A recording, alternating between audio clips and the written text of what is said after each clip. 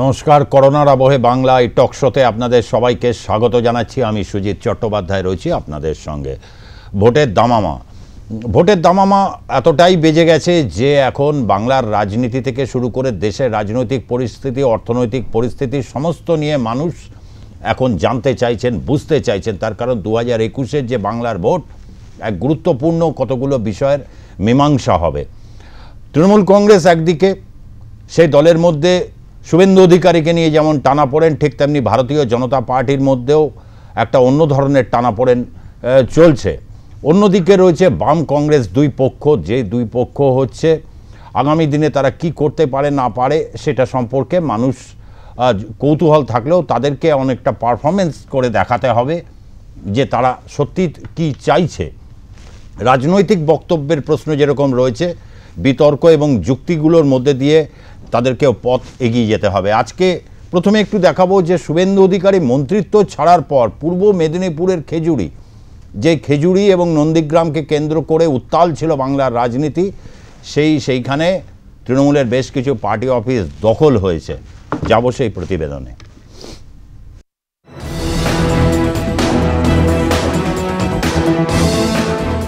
শুভেন্দু অধিকারী শুধু মন্ত্রিত্ব ছেড়েছেন, দল নয়, আর তাতেই শুরু রাজনৈতিক টানাপোড়েন।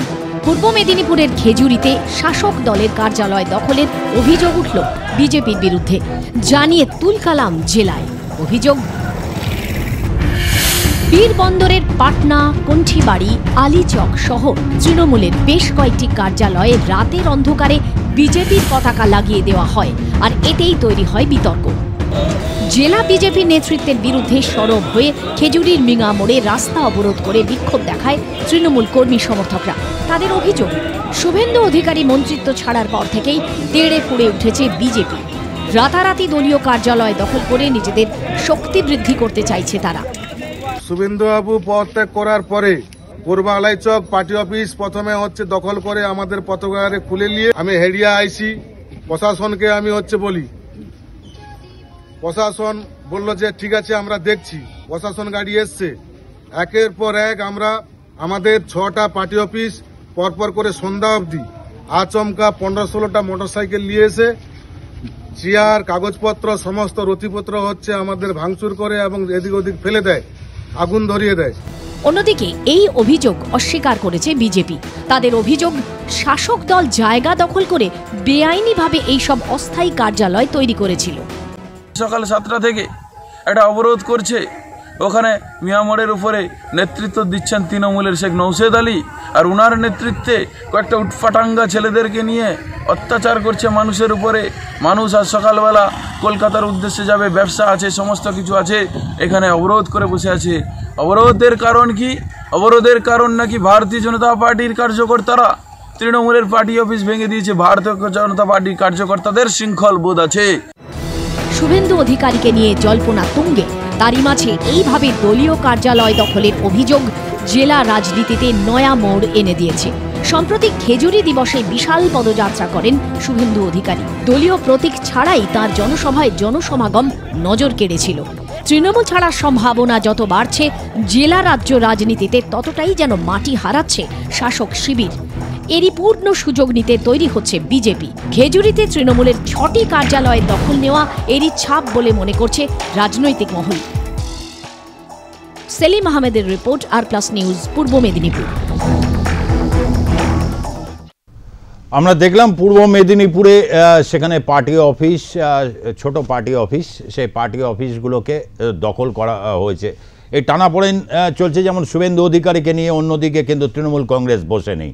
একেবারে সর্বাত্মক প্রচারে তারা শুরু করছে। মুখ্যমন্ত্রী এবং তৃণমূল কংগ্রেসের যিনি নেত্রী, তিনি 4 তারিখ সমস্ত জেলা সভাপতিদের সঙ্গে ভার্চুয়ালি বৈঠক করবেন। অন্যান্য নেতারা এক এক করে তারা জনসভায় তারা নেমে পড়ছেন, অর্থাৎ সামগ্রিক প্রচারের দিকে এগোচ্ছে তৃণমূল কংগ্রেস। তার কারণ 2021-এর ভোটের দামামা বেজে গেছে এবং ভোট প্রক্রিয়ার মধ্যেই সমস্ত বিষয়গুলোকে একটা সাংগঠনিক রূপ এবং সেখানে একটা তুল্যমূল্য পরীক্ষা হবে। রুবি গুপ্ত রয়েছেন ভারতীয় জনতা পার্টির নেত্রী, সুদীপ রাহা রয়েছেন তরুণ তৃণমূল কংগ্রেস নেতা এবং মুখপাত্র তৃণমূল কংগ্রেসের।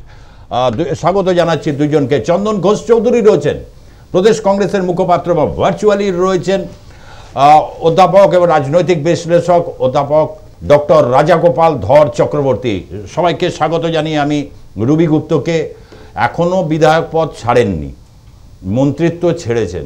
পূর্ব মেদিনীপুরে তৃণমূলের পার্টি অফিস দখল হচ্ছে এবং অভিযোগ পুরোপুরি বিজেপির যিনি মণ্ডল সভাপতি তিনি পরিষ্কার মানে বললেন যে কোথাও যেন একটা মনে হচ্ছে যে এই বিষয়টা কোথাও একটা যেন মেরুকরণের মতো শোনাচ্ছে, যে তৃণমূলের পার্টি অফিস, সুতরাং ওটাকে এখন ভেঙে দেওয়া। এখনও তো ক্ষমতায় আসেননি আপনারা, কেন এরকম সিচুয়েশন তৈরি করতে হচ্ছে? রবি গুপ্ত, দেখুন, প্রথমত শুভেন্দু অধিকারী এখনও তৃণমূলেই রয়েছেন, সদস্য পদও ছাড়েননি, বিধায়ক পদও ছাড়েননি, উনি শুধু মন্ত্রিত্ব ছেড়েছেন।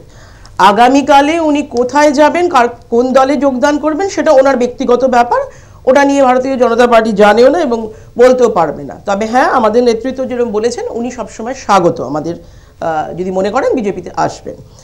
আমরা এটাও জানি, আপনার প্রশ্নে আমি আসছি, আমরা এটাও জানি যে উনি আগামীকাল রবিবার শরীয়তে উনি মহিষাদল দলে ছোলাবাড়ি রাজবাড়ি প্রাঙ্গণে উনি একটি অরাজনৈতিক সভা করবেন তম্রলিপ্ত জনকল্যাণ সমিতির, যেটার উনি সভাপতিও বটে। আপনি প্রচুর খবর রাখছেন। এগুলো তো জনকল্যাণ সমিতি মানে শুভেন্দুকে নিয়ে আপনাদের যে একটা বিরাট উৎসাহ রয়েছে, সেই উৎসাহটা এটা পাবলিক ডোমেইনে আছে। বিজেপির এর আগের দিনে আমি আপনাদের বলেছি বিজেপির 8 দফা আমাদের কর্মসূচি আছে মানুষের জন্য কাজ করার, ফলে ওই সমস্তগুলো বাদ দিয়ে তৃণমূলের নেতাদের খবর রাখার মতো সময় আমাদের নেই।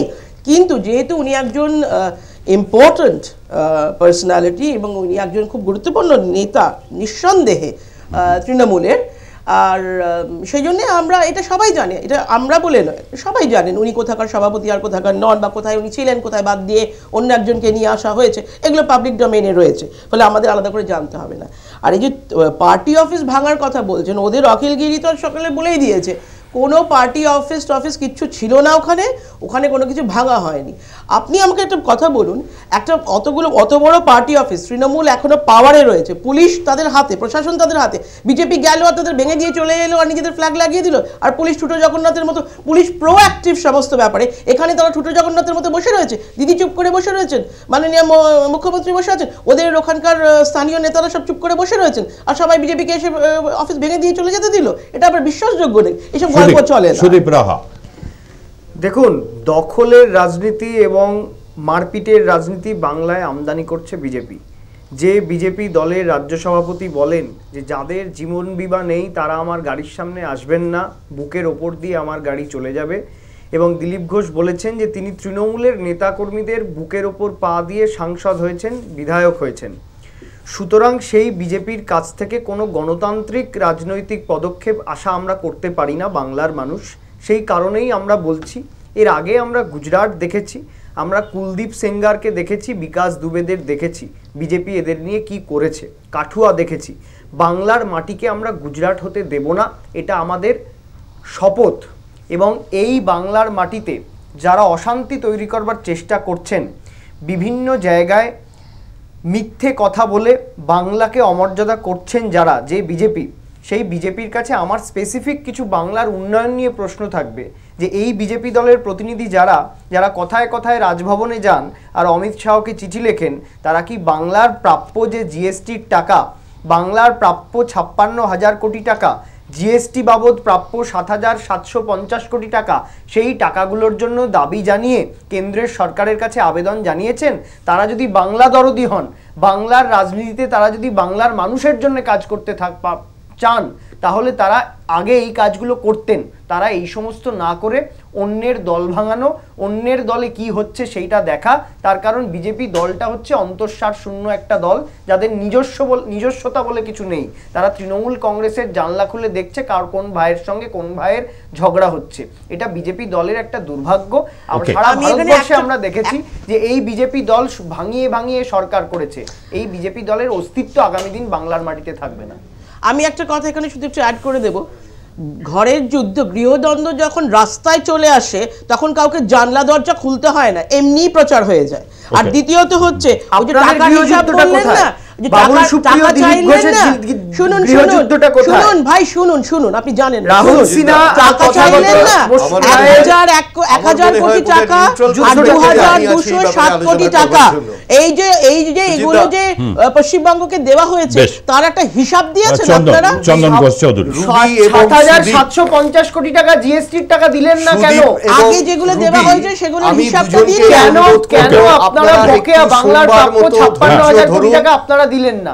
সেটা আগে সরকারের কাছে সাধারণত কি হয় সুজিত দা, আমাদের প্রথম স্পেলে যখন বলি আমরা পার্টির কথা বা পার্টি যেভাবে একটি দৃষ্টিভঙ্গি নিয়ে দেখে সেই কথাটাই জনমানসে তুলে ধরতে চাই। এখানে সুদীপ অনেক ছোট, সুদীপ হয়তো যেটা জানে না সেটাকে আমি বলি, ও হয়তো আজ বুঝবে বা ইতিহাস পড়লে বুঝবে। Beaten by the same coin বলে যে কথাটা আছে, আজকে তৃণমূল ভেঙে যখন কংগ্রেস ভেঙে যখন তৃণমূল তৈরি হয়েছে, পশ্চিমবাংলায় জেলায় জেলায় সর্বত্রভাবে সারা পশ্চিমবাংলা জুড়ে আমাদের 3,500-এর ওপর অফিস, যে অফিসগুলো তারা দখল করে নিয়েছিলেন আজও তারা দখল করে রেখেছেন, এবং তারা মনে করতেন তারাই নাকি প্রকৃত কংগ্রেস। আমরা তো আজও এক্সিস্টেন্ট। সুতরাং এই প্রশ্নটা এখানে রয়ে যাচ্ছে। আমি অবশ্যই শুধু বক্তব্য থাকবে, কিন্তু আমার প্রসঙ্গ এখানে সেটা হচ্ছে যে মানুষটি একটি নির্দিষ্ট দলে এখনো পর্যন্ত বিধায়ক এবং যে মানুষটি এখনো পর্যন্ত একটি দলে সভ্য, সেই মানুষটিকে ঘিরে বিজেপির যে উচ্ছ্বাস, তার থেকে কিন্তু দৈন্যতা প্রমাণ হচ্ছে। যে দৈন্যতা আমরা দিনের পর দিন দেখে আসছি, অর্থাৎ বিজেপির সেন্ট্রাল লিডারশিপ থেকে লোকাল লিডারশিপের প্রতিদিন একটা ভার্সন। তাদের দলের কোন কর্মী কিভাবে এই দীর্ঘ সময় রাজনীতি করেছেন, প্রতিটা দলেরই কিছু কমিটেড সোলজার থাকে, এরা এখন দেখছেন মার্সেনারির দিকে, অর্থাৎ ভাড়াটে সৈন্যর দিকে। এদের ওপেন আহ্বান, ব্যাগ নিয়ে দাঁড়িয়ে থাকা, জাস্ট ওপেনলি ইনভাইট করছেন যে আপনারা আসুন আমাদের জয়েন করুন, এতে কিন্তু দৈন্যতাকেই প্রমাণ করছে।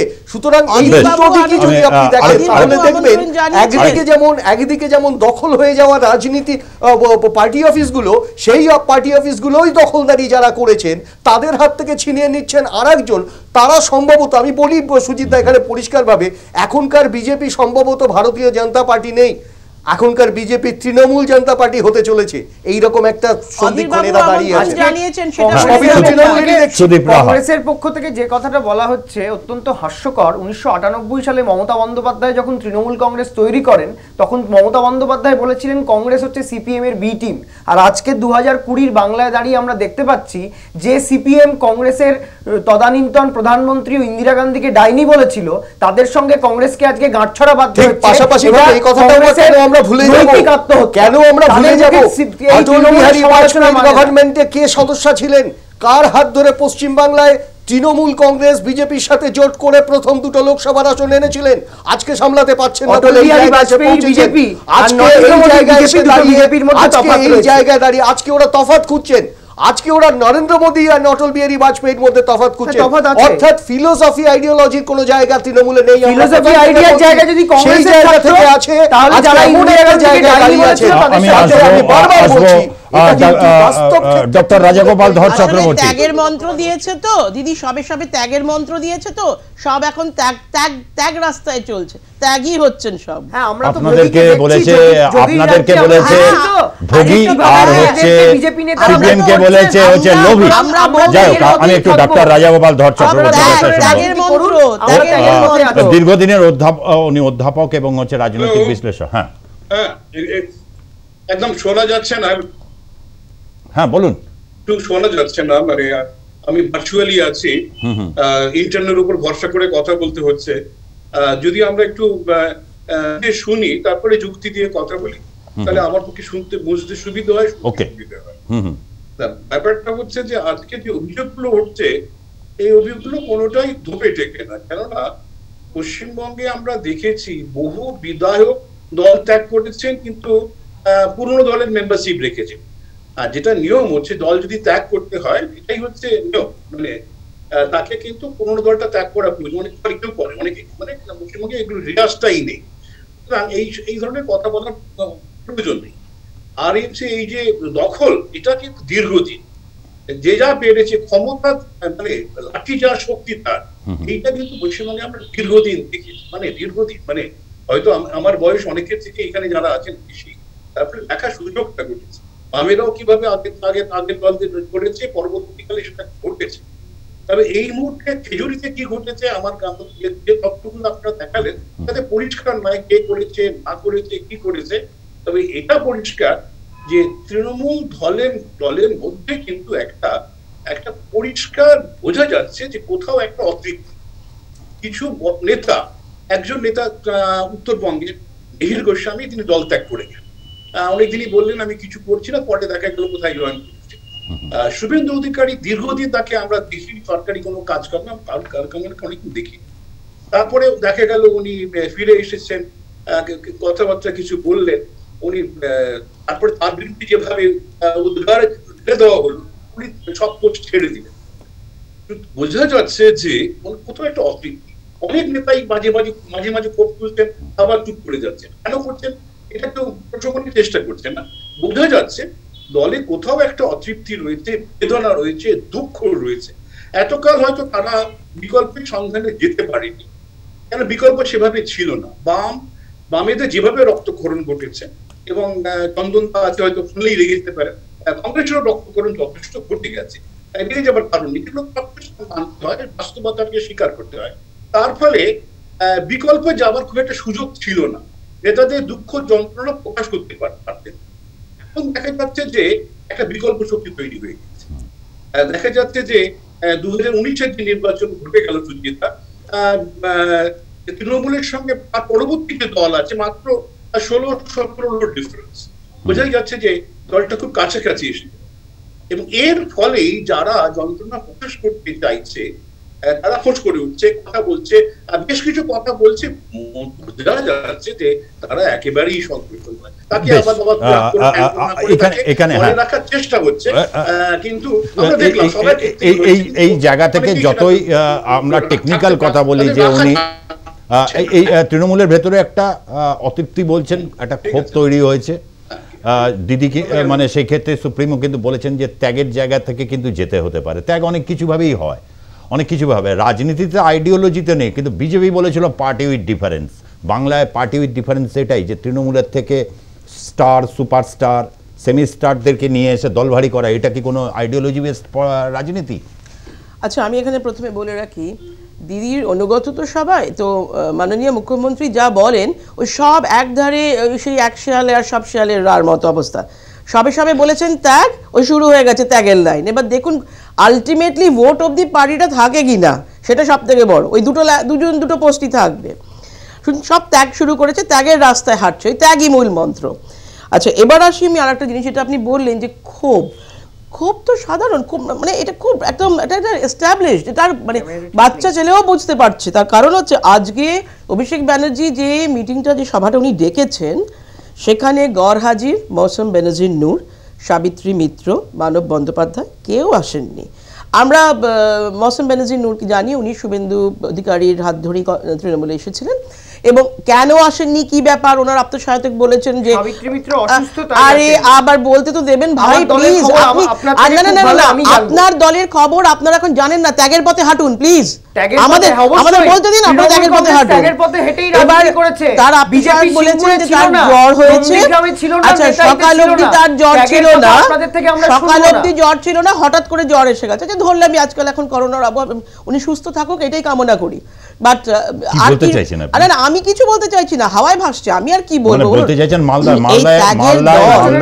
এই যে ত্যাগের দল, এই ত্যাগের দলে সবাই ত্যাগ নিয়ে বসেছেন, ওনারা এখন ধ্যান ধারণা ত্যাগ এসবের মূল মন্ত্র। মালদার তৃণমূলের সংগঠনকে অনেক কসরত করে বলছে যে আপনারা যখন, আপনারা বা চন্দন দ্বারা যখন বা বিভিন্ন সময় বলতো না যে তোষণের রাজনীতি, তখনও কিন্তু মালদা, মুর্শিদাবাদ বা দিনাজপুর থেকে তৃণমূল আসেনি। 2019-এ বরঞ্চ মুর্শিদাবাদের সাফল্য তো তৃণমূল দেখতে পেয়েছে, এটা একটা বড় দিক।